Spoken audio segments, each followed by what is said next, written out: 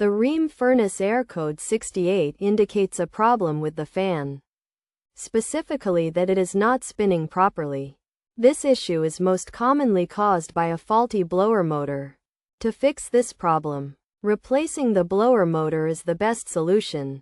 This process begins by turning off the furnace and unplugging its power cord. Next, the upper and lower access panels of the furnace must be removed by sliding them off.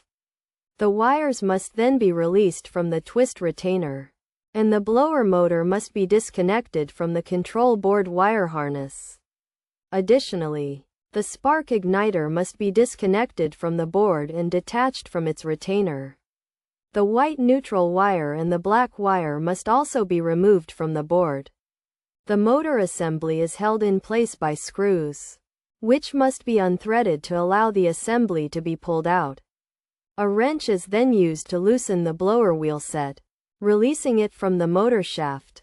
The mounting screws holding the motor in place must be unthreaded, and the motor can then be pulled out. To complete the repair, a new motor must be carefully installed, with the wires connected to the power terminals and the motor attached to the motor shaft. Finally, all components must be returned to their original positions. The furnace power cord must be plugged back in, and the furnace must be turned on to test if the fan is spinning properly.